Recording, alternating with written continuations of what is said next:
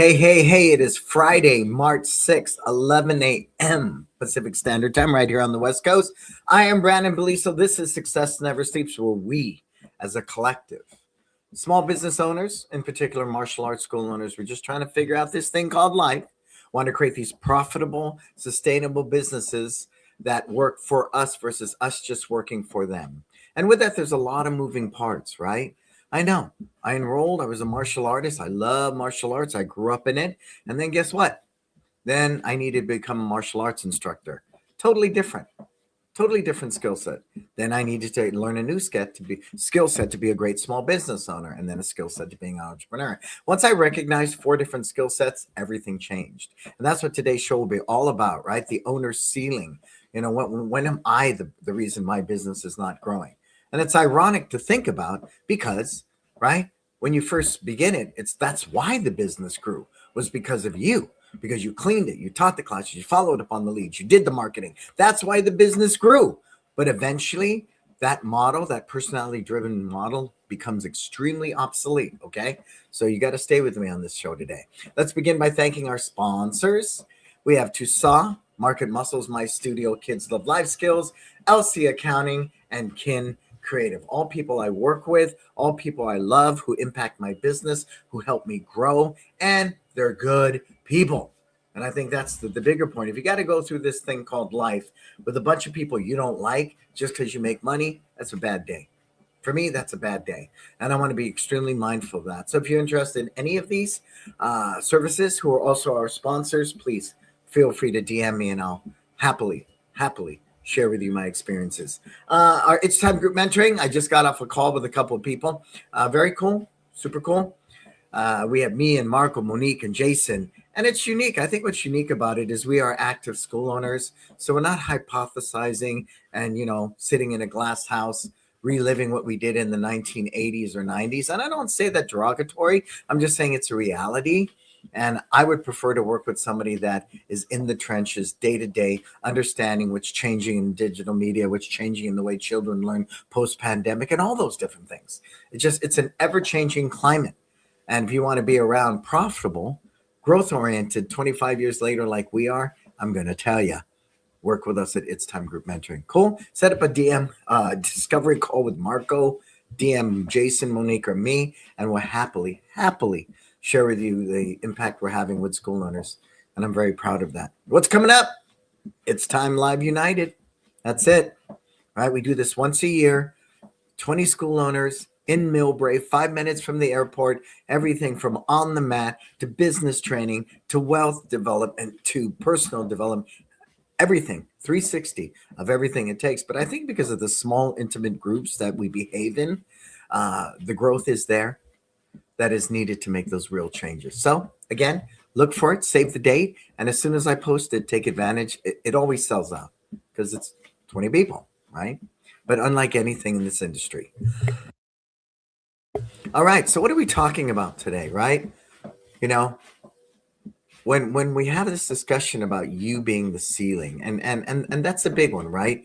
When you've become the ceiling, it's hard. It was very hard for me to embrace that because, again, I was the reason that business grew to begin with, right? It was because of me, that business grew. So it's very hard for me to even phantom that in my little egotistical mind that this business could be successful without me.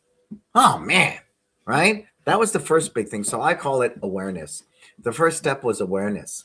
Most leaders don't recognize they become the ceiling because they're too busy doing the good work. Like I'm saying, they care. They want to do the right thing, right? And for me, that's not the problem. So here's a simple exercise that helped me discover this. For the next week, just notice how many decisions come through you, right? Every schedule change, every parent concern, every staff question, how many decisions come through you? Can anybody post off the cuff? Anybody? Off the cuff, how many decisions come through you in a given week, right? And if you're a one-person show, then every decision comes through you in a week. But think about that for a minute, Marco. Bob, right? Anybody who's here, tell me who you are. Tell me where you're tuning in from. How many decisions on average do you think comes through you? 10%, 20%, 50%, 50 things. What is that number, right? What is that number? At one point in my business, it was 100% because it was all me. And the irony, here's the irony, Bob.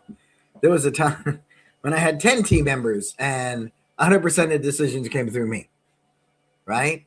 I was a control and command freak. I had this discussion yesterday with somebody how even in the transitioning of me getting off the mat, I would sit there at the edge of the mat with a little walkie-talkie and an earpiece, right? Going like this, micromanaging my guy who's teaching. That is not shadowing. That is called micromanaging. And, it slowed down our progress. But once I sorted that out and stopped doing that, everything changed. Everything changed. So here's a little exercise beyond all of that. Take 2 days. I'm going to challenge you, Marco. 2 days. Don't answer anything. Wow, right? Don't answer anything. If you can go 2 days, step back, not completely absent, but intentionally not solving everything. Watch what slows down. Watch what waits for you, right? Those moments reveal where your leadership systems need to grow. And it's never about blaming. It's about growth, right? It's about creating that growth. And you can't, if you think like a farmer, which I do, which has been huge for the mindset of my business, I don't want 3 months of GMO corn that I buy 4 years for $1. No. I want blueberries. You buy a freaking $10 for a little basket now. And that requires time. And if you're ready to forego and get through the funkiness and the discomfort and the changes and the upheavals, we're always in a constant state of change. And I can't tell you how it upsets my team at times because of the uncertainty, but I have the vision to see what's at the end of the rainbow, right? And for all you people out there, I think it's a pot of gold. I do. But that shift that it took for me, really, really huge. So, what slows down, what waits for you? What do they simply say, I can't do, unless you're there?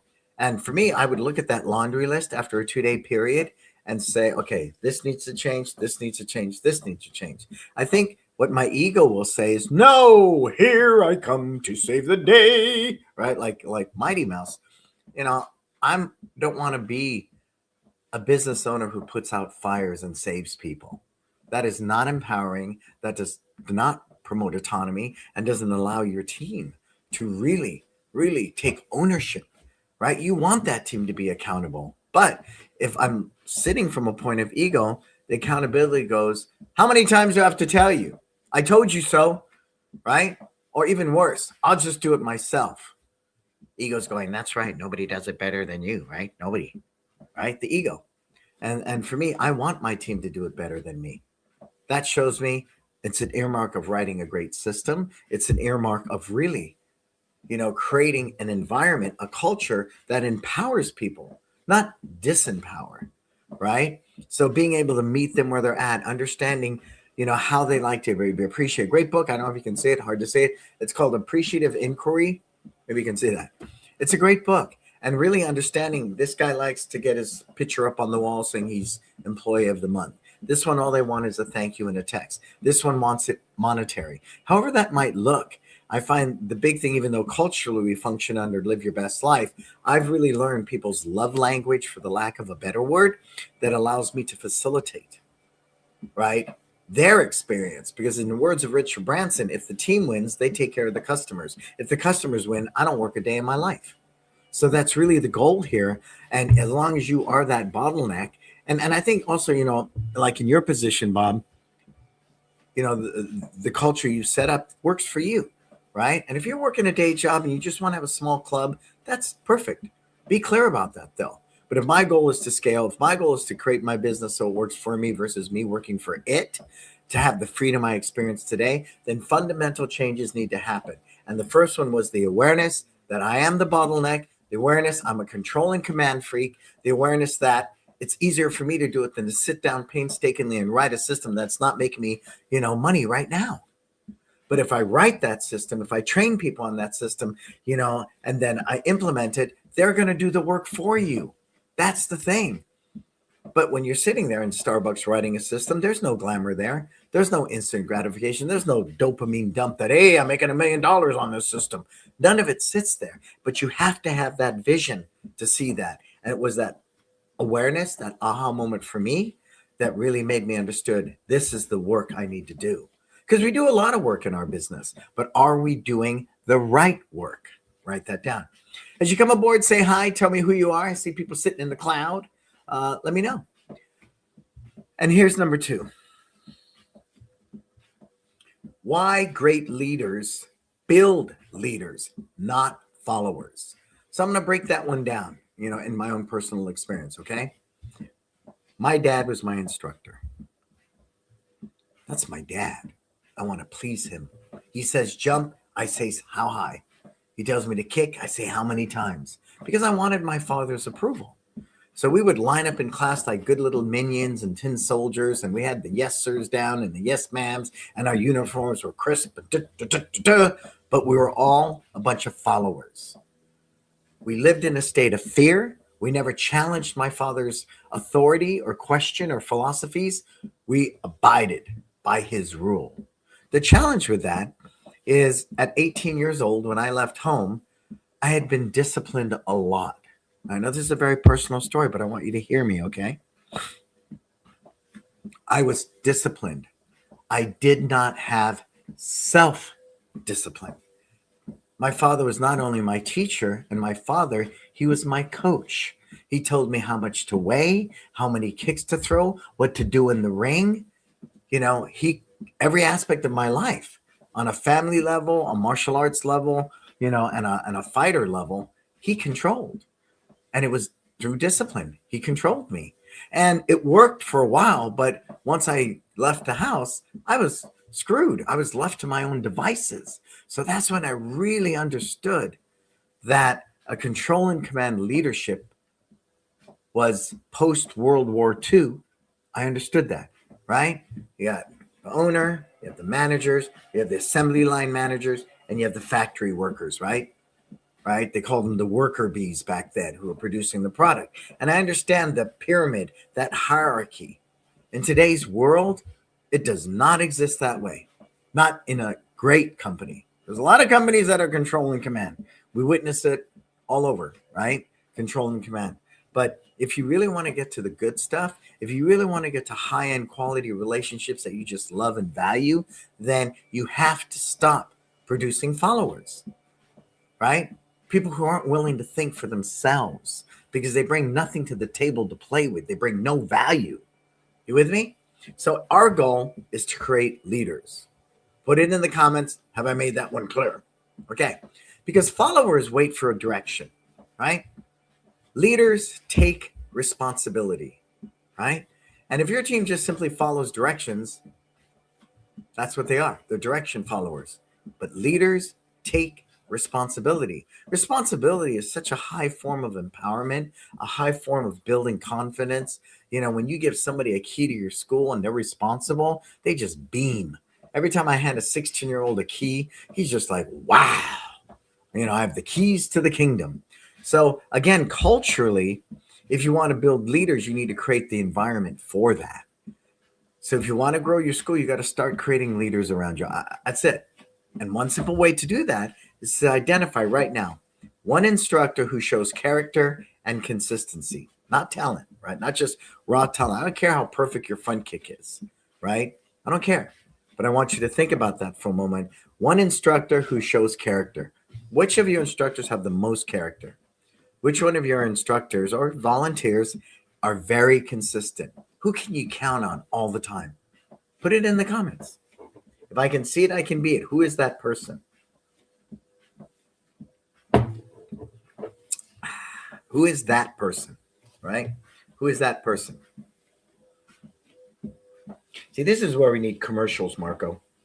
We're going to take a commercial break right now. Good. I'm live here. Good. Let's see. Good. And so it's important for me to constantly, like Dave Kovar would say, plant seeds early and often. I don't know if he wrote it, but it's one of the most memorable takeaways I have with Dave Kovar. Plant seeds early and often. It could be a yellow belt. It could be a green belt. We often think that a black belt is the one most qualified to teach. Not always. Not always. Because as we, at the top of the broadcast, we learned there's a skill set to being a great martial artist and a completely different skill set to being a great instructor, right? Two different things. So, who is the most consistent and has great character? And what do I define as great character? They're trustworthy, they're dependable, they have humility, they're empathetic, and most important, they're teachable. Oh, and if they're a team player, you know that one, they're the first one and the last one to leave. They're the first one there, the last one to leave. Man, God rest his soul, Mr. Jones. I love that man. He's the guy who would be the earliest and be the last one to leave. He would not leave until everything was in place and done and cleaned up and put away. Brilliant man. Brilliant man. And he inspires me till this day at a heart level to be that type of leader. The leader that can lead with humility. I know we don't see it a lot in the world view right now. But great leaders are humble. Great leaders don't need to be the loudest in the room. They're just the most impactful. Okay? So who's got the greatest character, right, in your organization right now, and who's consistent? And the reason I use the word consistency is because consistency earns trust, right? The one I use about the restaurant, favorite meal. I go every time they make it the same way. I trust and I go to that restaurant. But you don't make my meal the same, I don't go there, right? Long story short. And so here's one thing I want you to do is so that person that you find that's consistent and great character, just give them a small leadership responsibility. Now, most of us have great instructors and training programs, things like that. But really, before I invite you into my instructor's training program, I love when you say, can I volunteer for, like, for example, the St. Patty's Family Fun Day we have this Saturday? Can I volunteer for Parents' Night Out? Can I volunteer this summer for camp? I love that. I love that. To me, that's someone who's an action taker, a go-getter.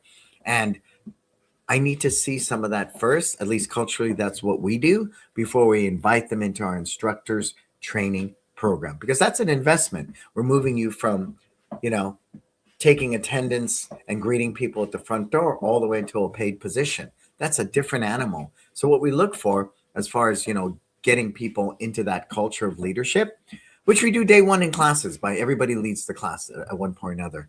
But what I'm sharing with, I've made the mistake of put people into my instructor's training program that weren't consistent and didn't have the character to begin with. Just they were great martial artists. They were a black belt. I figured it'd be a good fit, and I was wrong. So once you have identified the people with character, you've identified the people that are consistent, offer them some volunteer positions, right? Something small, right? You got to walk before you run, but again, consistency is the key. But I'm not compromising my product. Stay with me on this. At one point, I had a student coming in 5:45. So what did I do? Come in at 5 o'clock and you can help me. Assist. They weren't trained to assist. I'm trying to train this person on the mat while I'm trying to teach and run a class. Bad day. Bad day. But to ask that same person who you're considering to volunteer for camp, to volunteer for birthday parties, different things like that, it is a great beginning. And they're supplement staff, right? They're your supplement staff. You have 3 people in a paid position for that event, and you got a couple of volunteers. So it helps really balance things out, but it's a great way to weed through everything. You with me on that? All right, cool. As you come aboard, say hi. Tell me you're here. I see Bob. Where is everybody else? And then I think the biggest thing with that is once you have established that person, don't leave it in silence. You want to connect with them, maybe talk on a weekly basis, ask them how they're doing, point out the good things you notice and the good things they can do better. One of the forms of self-management that we use in our businesses that I learned from Rudy Mick was at the end of their shift or in conversation, I ask, what is one thing you can celebrate you did well? And what is one thing you could do better, right? Those two are very, very important because it's a form of self-regulating and self-management. right? So if they get in the mindset, what did I do well today? Great, build upon that. What can I improve upon or do better? Great. Don't do that again. And here's the course correction. So that's super important because really, I mean, great leadership grows through conversation and experience because you're not just building a team, right? Those are a bunch of minions. You're building future leaders, right? You're building future leaders. Now, why is it that we don't do that? Does anybody know? Why is it that we don't do that? Hey, Satya, what's happening from Cozumel? One of these most successful operators out of Germany, who I admire greatly, has a good heart, good man at a soul level. And anytime I get to be in Sasha's presence, I always walk away being a better person. Absolutely.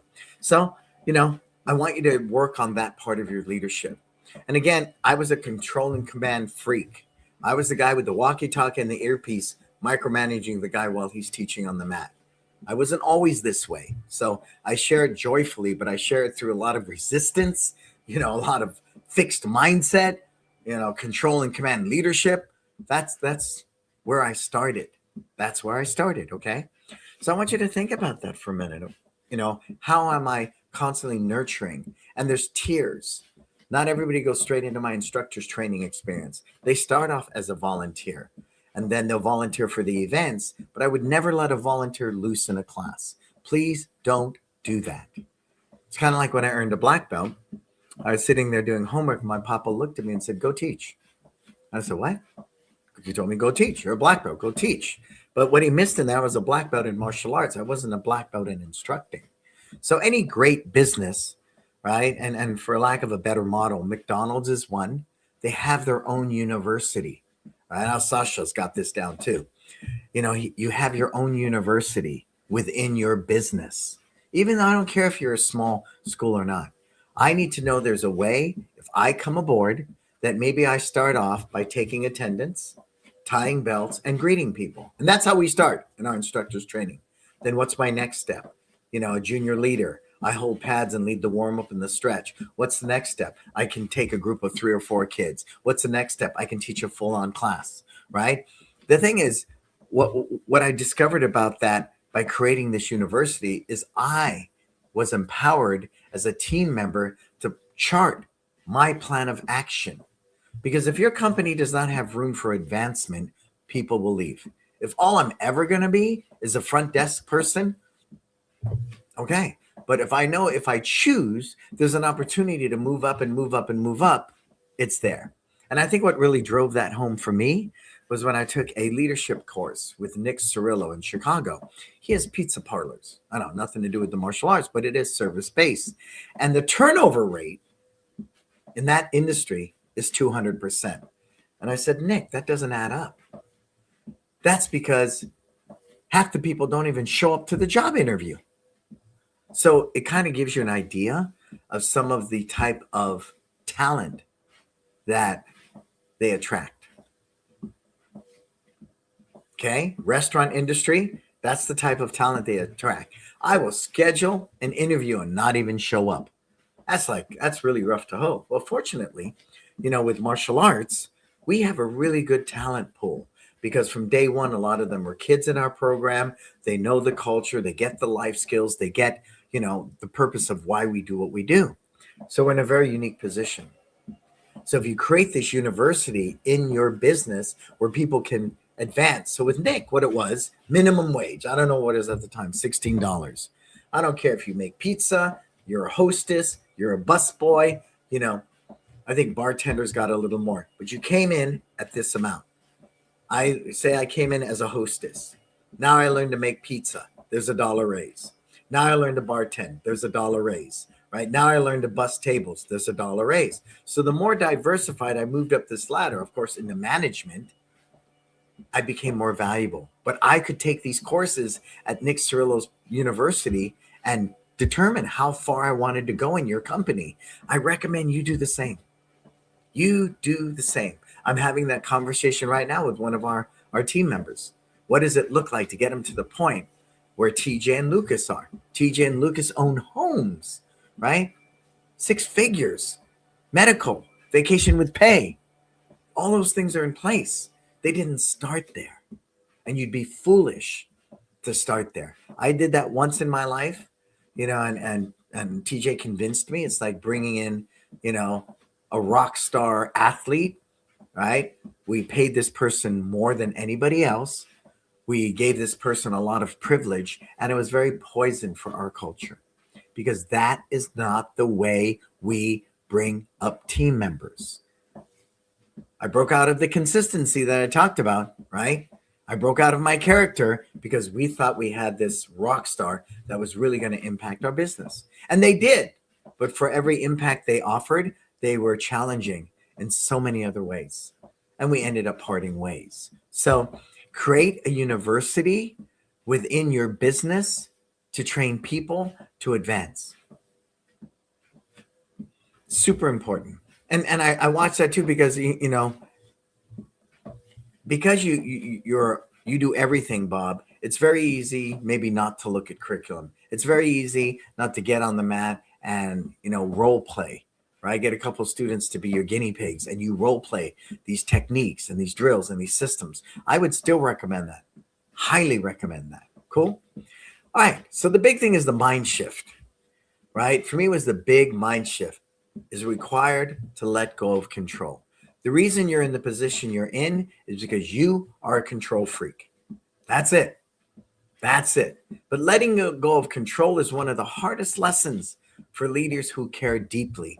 Now, I care deeply about every student, their progress. I care deeply about all my team members, but that does not mean that I can't make that important shift that has helped me over the years. Instead of asking, did they do it exactly the way I would, right? Ask them, did they protect the mission and the standard, right? Did they protect the mission and the standard? And if the answer is yes, then they're on the right path, right? They're on the right path. For us, it's live your best life. So if what they did was to fulfill that brand promise of live your best life, then you know what? We're on the right path. So here's a simple practice. When someone comes to you with a problem, don't immediately give them the solution, right? I want you to right now make a commitment, raise your hand, put it in the comments. Commit to me right now. You will not simply try to fix the situation and give them a solution. You will never build leaders. You will never build autonomy if you're the fix-it guy, right? Or worse, I'll just do it myself. Who's ever said that one? Or nobody does it better than me, right? It's very easy, especially in the martial arts industry. You know why? My rank is higher than yours. And if somebody who's a lower rank than me can do better than me, then I'm inadequate, right? That's all that we all go because we're human beings. Hey, Tish, what's happening? Letitia from LC Accounting. You guys, you need a great bookkeeper? Go to my sister, Tish. So that was the big mindset shift for me. So Walt Disney, I've taken several Disney business courses. I love Walt Disney. I love what they've done with movies. I love what they've done with their parks. What they've done as a business. Think about it. They bought up Star Wars. They bought up Marvel. That's crazy. That's crazy, right? But that's the depth. They bought a Pixar. So what Walt taught me, and I say that like Walt is alive, and I don't say that sarcastically. We talk about how strong a brand and a culture is developed. Walt Disney's been dead for like 50 or 60 years, I think. And when I took this Disney business course, they talk about Walt Disney like he is alive. To have this facilitator presenting this business course going, well, you know what Walt says, and Walt says this, and I'm like, does anybody realize this guy's been dead for 50, 60 years? But that's how strong the impact of his leadership. It resonates today, 50, 60 years later. Isn't that powerful? So you know what Walt will always say? What do you think? What do you think? So anytime, and who can make a commitment to this? Sasha, make a commitment to this right now. Bob, make a commitment. See if you can do this one for me. Make the commitment that when a team member brings something to you, a question or otherwise, your first habit response will now be, What do you think? Even if they don't know the answer, there's several things that come here. One, I'm instilling a new habit of you thinking. Number two, I'm getting out of the control and command mindset. Right? I don't have to fix everything. I don't have to control everything. I don't always have to be the solution. Right? Because the fun really happens in any business when we collectively find the solution. That's when things get magical. Okay? That's where the magic begins to happen. So who can do it right now? Come on, take ownership. Put it into the comments. Who here is going to always reply when somebody brings a challenge to you, they have a question, you are going to reply with, what do you think? It's Walt Disney's one of his most famous strategies. What do you think? Cool? And I want you to use that. It's done amazing things for me. It's created so many leaders in my business that do their jobs well. Because when you ask that question, it builds leadership thinking. And little by little, your team starts owning the mission with you. Okay? So, how empowering your team unlocks real growth. Because that's really what it's about. We can grow and not make more money. Because now we got 10 people doing the job of one. Right? There's that tipping point. The book, The Tipping Point by Malcolm Gladwell, he talks about that. You know, a lot of companies, I think it's Google or Genentech, they create 150 people silos all over the world, and they work in a group of 150. Then they find after that, the quality of the work degrades, the teamwork degrades, everything degrades. But I want to challenge that, you know, with our 2 locations and 500 members at each location and a team of roughly 40 at any given time. I say if you have a great culture, great strategies, great purpose, great everything, that the potential's there, right? Because if you want to raise people up, people will only rise up when they feel trusted. And I believe trust for me is the foundation of everything that I do. I am so determined to earn people's trust. Because here's why. And this is why this works very well with our businesses. If people trust you in business, they believe in you. That's it. Trust is a form of belief based upon you consistently delivering on your brand promise. You cannot grow that alone. You cannot be the only person delivering on the brand promise. So for me, just the whole ability to empower my team by trusting them is there. So how do we do that? You got to give your team real opportunities to step forward. Real opportunities. Let them lead a class while you observe. Let them handle a parent conversation. Let them organize an event or a testing. Afterwards, you talk with them. You reflect together. Ask what they learned. Growth happens when responsibility spreads across the team. And when that happens, something powerful begins to take shape. Your school is no longer dependent upon one person, and it starts becoming a culture. A culture. And that's why, you know how the saying goes, be slow to hire, quick to fire. Yeah. If you got somebody poisonous that doesn't fit your culture, that fights you on your culture, get rid of them right away. Cut it off. Big companies, you know what they do? They pack up your desk. You come in that day for work, and they tell you you're out. And they walk you out and you're done. Because when somebody doesn't get your purpose, doesn't, want to fulfill the culture, they fight you tooth and nail. They are poison to what you've built. And make no mistake, stay with me now. A person like that can undo everything in a short period of time. Because you have this great culture that behaves this way. And yes, it's strong and it'll survive, but because it's so out of character and it's not consistent, right? Out of character, not consistent, guess what happens? It's so huge and impactful on this really great ecosystem you've cultivated. And a culture is what allows a school to last for decades. We've had these schools for 25 years. And we continue to be relevant. because of all the things we do based upon a culture that we've cultivated, based upon a simple principle: live your best life. Cool? Because at every point, a leader is going to face the same question. If you stepped away for a month, would the school continue to grow?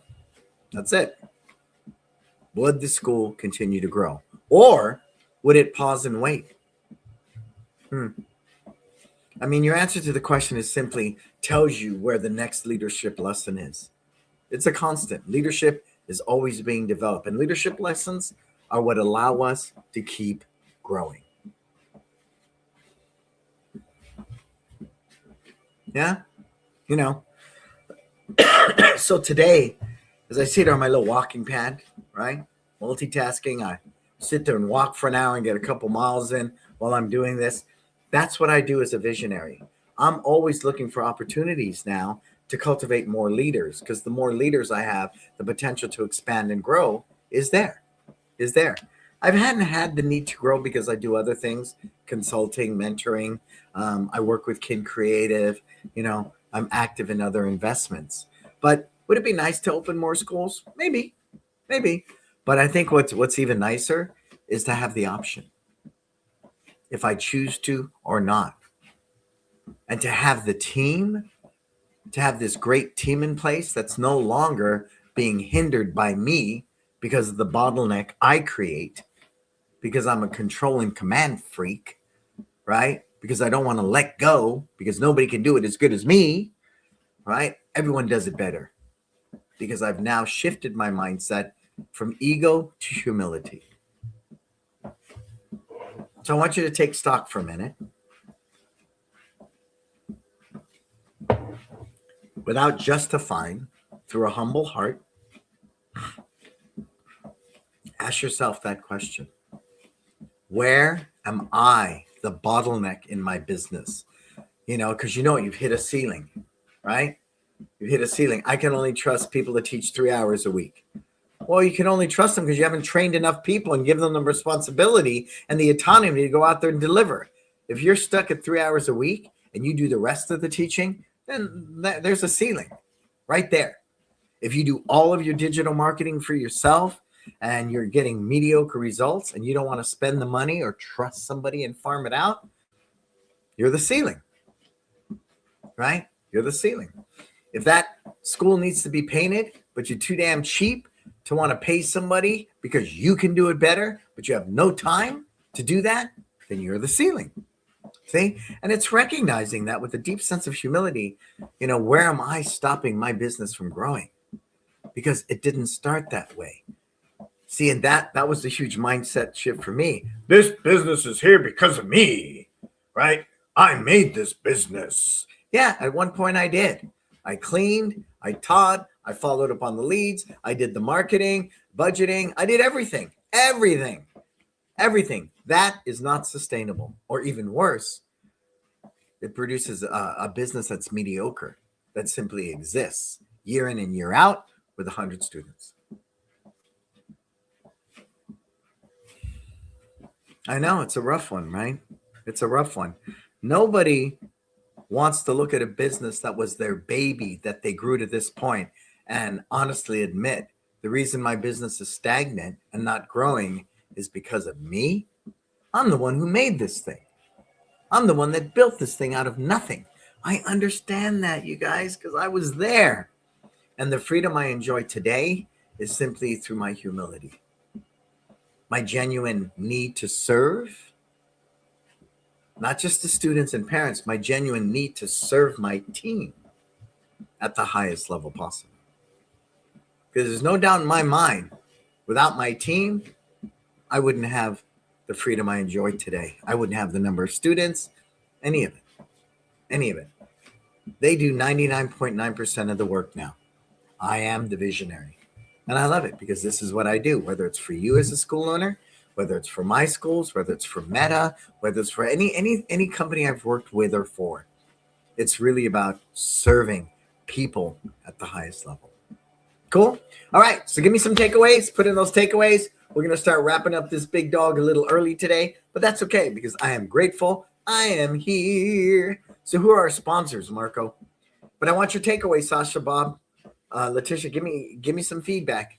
Give me some feedback. What did you get today out of today's show? What are your big takeaways? What are you going to act on? So Toussaint, Gunny and the gang, great martial arts vendor. We get the majority of our equipment, uniforms, and stuff from them. My father was one of the first clients in the 1990s, and we continue to have a relationship with them today. Market Muscles, Stephen Weinstein and the gang, simply the best in websites, simply the best in websites, right? With AI and all the changes, you have to be up on it. And there's so many things dynamically that AI is influencing. Your website is one of them. One of them. My studio, simply the best CRM system out there. I use it. I'm now in the process of working on Amplify. Amplify is their AI agents. So imagine somebody opts into my Market Muscles website. They get zapped through Zapier into my studio, and automatically they have an AI agent talking to them. Yeah, I think automations are fine, but what are automations? 1 minute, hi, how you doing? Here's the link to the trial. 2 minutes later, hey, here's the schedule. What I really love, and if you again cultivate this AI agent correctly, it will mimic humanism. It will mimic, fundamentally a real-time conversation. And why do I say that? Because we all get calls on a Sunday night at 9:00 into our schools or opting into our website. Who is that? That's a mom. Sunday night, kids are in bed, dishes are done, chilling, maybe with a glass of wine, and I got to research summer day camps. Or I'm researching martial arts. Believe me, it'd be a little creepy to sit there at 9:00 just simply wanting good data and somebody freaking calls me. That's just too damn weird, right? I don't want that. And in today's world, as much as you want to push back at me and say it's bad service, it is not. How many flights do you book? You never talk to anybody. How many hotels do you book and not talk to somebody until you arrive? Don't be afraid of the technology. Leverage it. And done right, with the right prompts, with the right information, the AI agents, I believe, in my studio are going to totally change the way we do business. It's going to help us get better leads, and more trials, and more students. Kids Love Life Skills. We had that conversation today in our mentoring meeting. You need a life skills component. Otherwise, every parent's going to see you as an extracurricular activity. That is it. No more, no less. That is it. That is it. Sasha, we should bring Kids Love Life Skills to Germany, translate the whole thing in German. Fly me out there. I'll train your teams. We'll bring this to a higher level. We have a couple people. Andre Mavis, Believe Martial Arts. A couple people have used it. Ralph Hodel uses it in Switzerland. But we've never really sat down with somebody of your level, Sasha, and sat there and said, let's bring life skills to the forefront of the German martial arts industry. I think it's time, sir. I think it's time. I want you to think about that. And I think a partnership with you would be amazing. Can I say that publicly, everybody? I think a partnership with Sasha and coming to Germany and taking Kids Love Life Skills and bringing it into the mainstream of the German martial arts industry would be amazing. Amazing. Cool. LC Accounting, my sister Letitia, I love you. I'll see you in a couple days. I count on my family. My family to me is everything. And I could not do what I do without Letitia. That's it. I'm willing to say that. I'm vulnerable. Just don't hold it against me in a court of law. Kin Creative, we have amazing things happening. We're a young company. We're growing really fast, but I know our heart's in the right place. The work we're doing is phenomenal.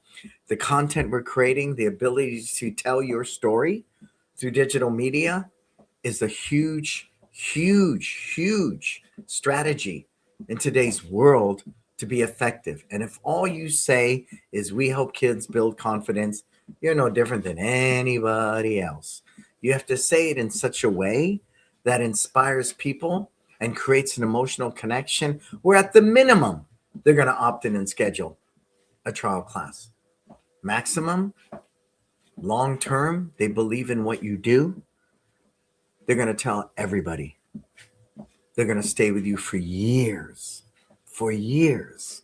That is the difference between sales, right, and relationships. A sale is transactional. That's why I'm not big on phone scripts, you guys. I'm not big on sales scripts. Get rid of them. What I am big on is creating an emotional connection where what I'm trying to do is to get you to believe. And once you believe, the potential is unlimited. Cool.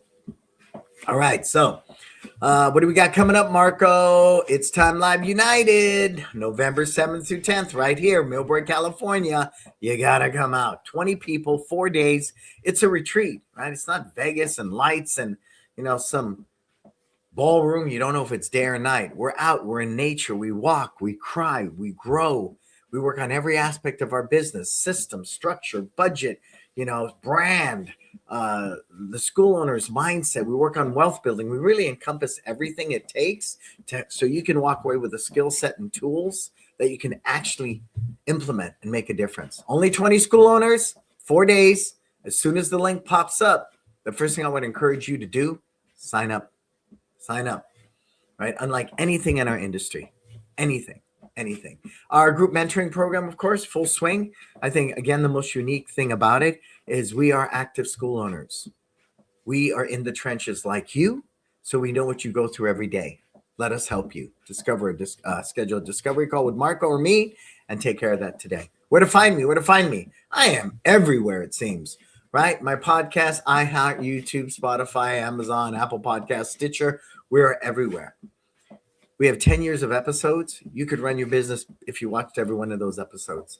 There's enough content. There's enough information there. If applied correctly, can move the needle. And I've had school owners come to me years later saying, I've been following you for years. I've used all your advice, and I now have 300 students. My reply is, imagine if you worked directly with us, what we could do together. All right. So that's where you find me.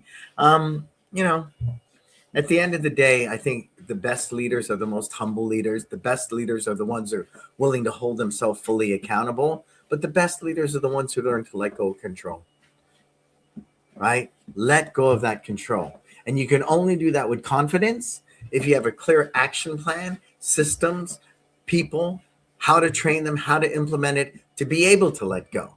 But if you don't do the real work, then you'll never create the platform, the university that I spoke of, to empower people to do it better than you. Cool? I'm Brandon Beliso. Thank you, Marco, for holding down the fort. We are Success Never Sleeps. Until we talk again, please, you go out there, live your best life.